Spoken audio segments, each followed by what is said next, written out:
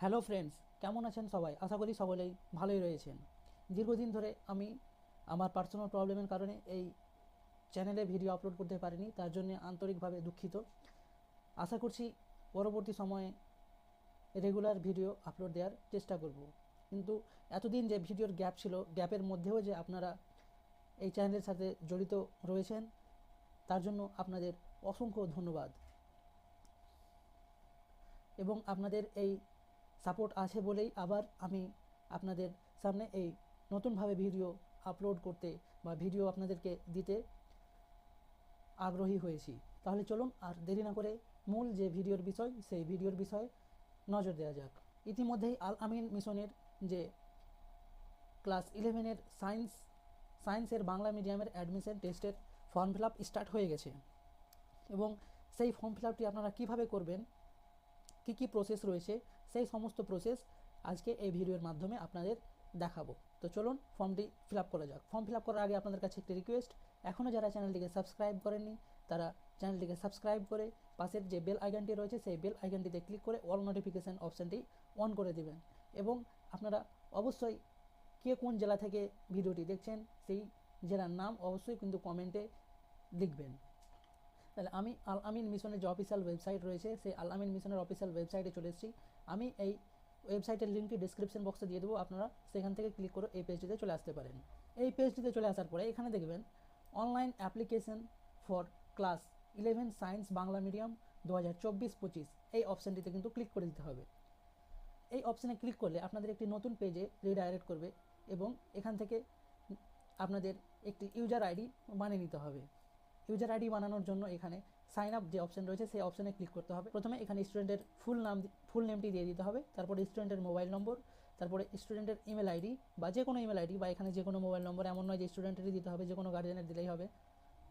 তারপর এখানে gender mail না ফিমেল সেটি দিতে হবে। এখানে সেশন তো অটোমেটিক দেওয়াই রয়েছে 2024-25। এখানে এবার ইউজার নেম, এখানে একটু ব্যাপার রয়েছে, এই জায়গাটা একটু ভালোভাবে লক্ষ্য করতে হবে। এখানে ইউজার আইডি আমি সাপোজভাবে দিচ্ছি, ধরুন কারো নাম হয়তো রাম হতে পারে, রাম সাম যদু মধু যে কোনো, হ্যাঁ, ধরুন আমি একটা রাম ধরে নিচ্ছি, আরাম RAM রাম দিলাম। এবার সবগুলোই কিন্তু স্মল লেটারে হবে, RAM@123 এইভাবে কিন্তু আমরা এটিকে দেব, তাহলেই কিন্তু ইউজার নেমটি ভালোভাবে এখানে ক্রিয়েট হবে। তারপর এখানে ক্রিয়েট পাসওয়ার্ডে আপনাদের মন পছন্দ মতো যে কোনো পাসওয়ার্ড, যেমন ধরুন রামের আর ক্যাপিটাল, তারপরে সব স্মল RAM@123 এইভাবে আপনারা দিতে পারেন। আপনারা বিভিন্ন রকমভাবে দিতে পারেন, আমি এটি সাপোজ উদাহরণের জন্য দিলাম।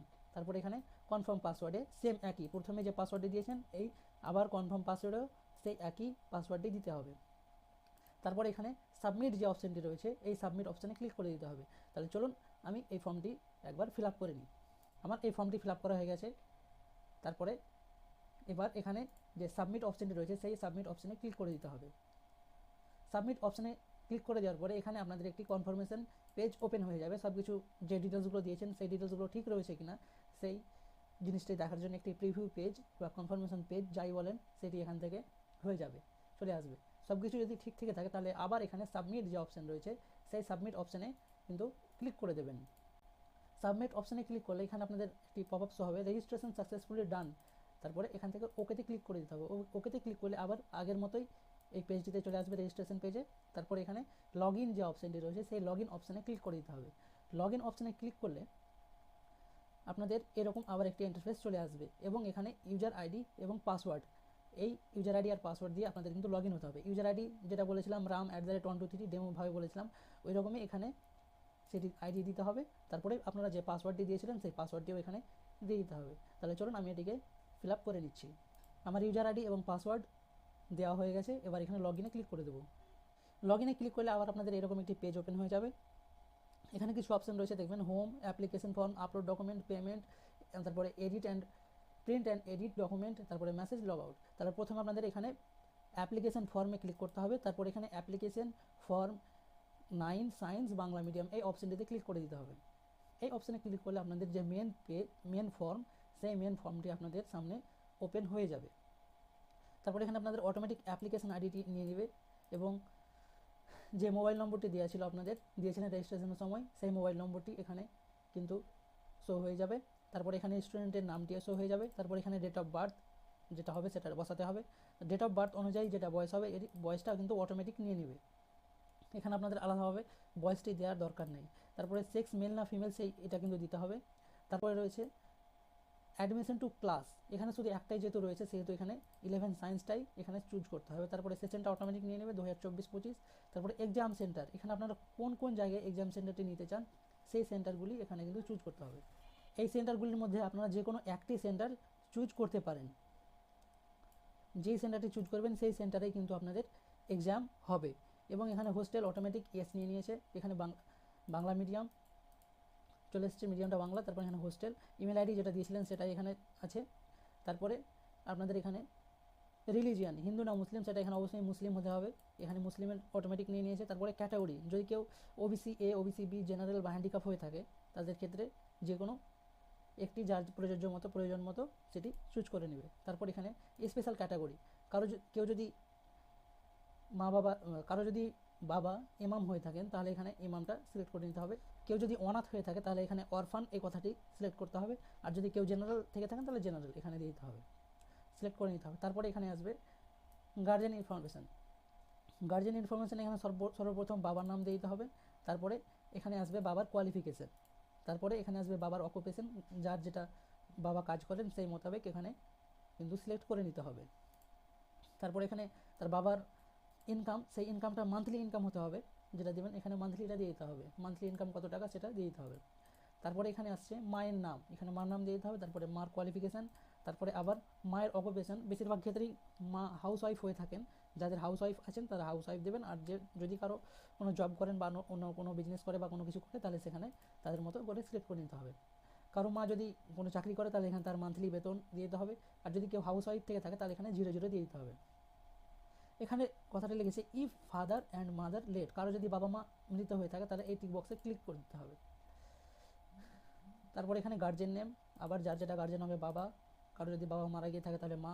হ্যাঁ, তারপরে আবার গার্জেনের কোয়ালিফিকেশান, গার্জেনের অকুপেশান, হ্যাঁ, এইভাবে গার্জেনের ইনকাম, মান্থলি ইনকাম এটাও দিতে হবে। তারপরে এখানে স্টুডেন্ট আধার ইনফরমেশানে আধার কার্ড নম্বর এটি স্টুডেন্টের দিতে হবে এবং বলছে প্রেজেন্ট স্কুল, বর্তমানে সেই স্টুডেন্টটি কোন ক্লাসে পড়াশোনা করছে সেই ক্লাসের স্কুলের নামটি এখানে দিতে হবে।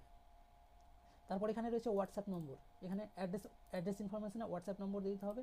তারপর এখানে ভিলেজ কোন গ্রামে বসবাস করে, তারপরে পোস্ট অফিস, তারপরে পুলিশ স্টেশন, তারপরে পিনকোড, স্টেট, যার যেটি স্টেট হবে সেটি এখান থেকে চুজ করে নিতে হবে। তারপরে এখানে ডিস্ট্রিক্ট, তারপরে এখানে যদি কারো পার্মানেন্ট অ্যাড্রেস আর প্রেজেন্ট অ্যাড্রেস যদি সেম থেকে থাকে তাহলে এখানে টিক বক্সে ক্লিক করে দিতে হবে। আর যদি কারো আলাদা থাকে তাহলে এখানে নিজেদের মতো করে লিখে দিতে হবে। তারপরে আসছে মাধ্যমিক ওর 10th ক্লাস ডিটেলস, এখানে যারা মাধ্যমিক পাস করেছে তাদের বা যারা মাধ্যমিক দেবে এবছর তাদের ক্ষেত্রে কী হবে সেটিও আমি বলে দেবো।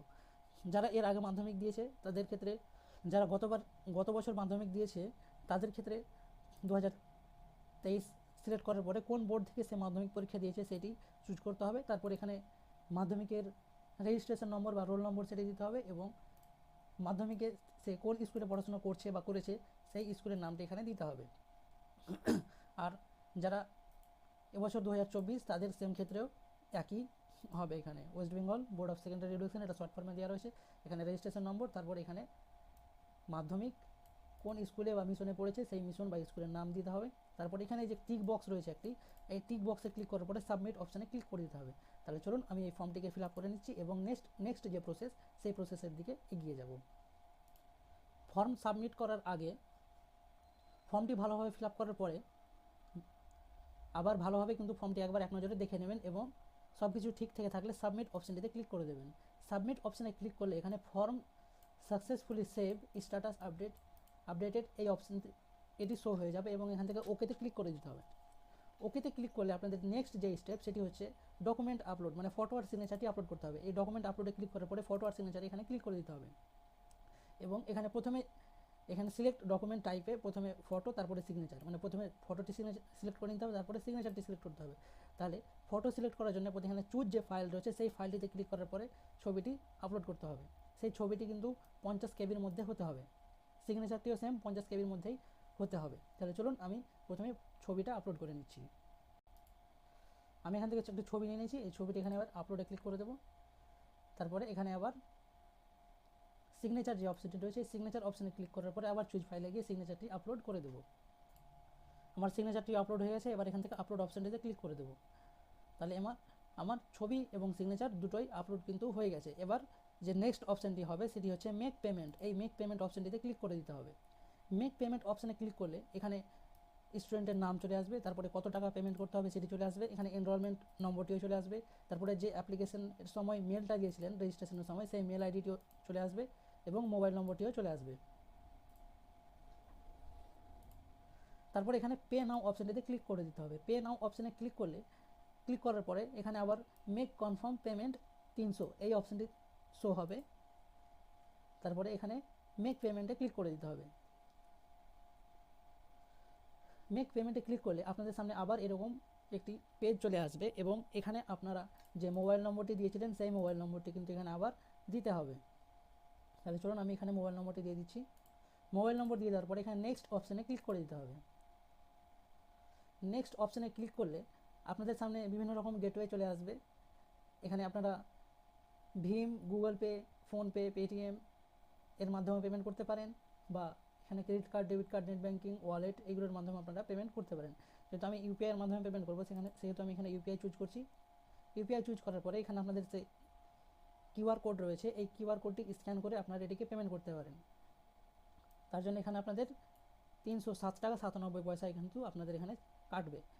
যদি কেউ মনে করেন যে ইউপিআই আইডি দিয়ে পেমেন্ট করবো সেহেতু এখানে ইউপিআই আইডি, কোন ইউপিআই আইডি রয়েছে এখানে ভীম না ফোনপে, গুগল পে, পেটিএম, যদি আদার্স কোনো অ্যাপের থেকে থাকে তাহলে এখানে আদার্স অপশানে ক্লিক করে আপনারা যে কোনো একটিতে একটি ইউপিআই আইডি দিয়ে এখানে ইউপিআই আইডি তারপর কনফার্মে ক্লিক করে কিন্তু আপনারা এটিকে পেমেন্ট করে দিতে পারবেন। পেমেন্ট করা হয়ে গেলে এখানে আপনারা প্রিন্ট অ্যাপ্লিকেশন ফর্মে ক্লিক করবেন। প্রিন্ট অ্যাপ্লিকেশন ফর্মে ক্লিক করে এখানে প্রিন্ট ফর্মে ক্লিক করে দেবেন। প্রিন্ট ফর্মে ক্লিক করার পরে আপনাদের যে ফর্মটি রয়েছে সেই ফর্মটি কিন্তু প্রিন্ট হয়ে যাবে বা ডাউনলোড করে নিতে পারবেন এখান থেকে। আর যদি পেমেন্ট রিসিভ নিতে চান বা মানি রিসিপ্ট, এখানে মানি রিসিপ্টে ক্লিক করবেন এবং মানি রিসিপ্টে ক্লিক করার পরে আপনাদের যে মানি রিসিপ্টটি হবে সেই মানি রিসিপ্টটি এখান থেকে বের করে নিতে পারবেন। তাহলে এই ছিল ফর্ম ফিল আপের প্রসেস এবং পেমেন্টের প্রসেস। এই ভিডিওতে দেখালাম যে কীভাবে ফর্ম ফিল আপ করতে হবে, কীভাবে ছবি আপলোড করতে হবে এবং কীভাবে পেমেন্ট করতে হবে। এবার নেক্সট আরও দুটো ভিডিও আসবে, আশা করছি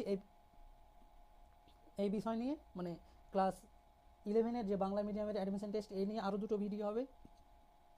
একটি ভিডিওতে থাকবে যে কী কী গাইডলাইন রয়েছে, আপনাদের কী কী মেনে চলতে হবে সেই সমস্ত কিছু একটা ভিডিওতে থাকবে, এবং আরেকটিতে ভিডিওতে থাকবে যে কীরকম প্রশ্নপত্র আসবে এই পরীক্ষাতে, তার একটা মানে স্যাম্পল কোশ্চেন আপনাদেরকে দেওয়ার চেষ্টা করব এবং যাতে আপনারা উপকৃত হতে পারেন।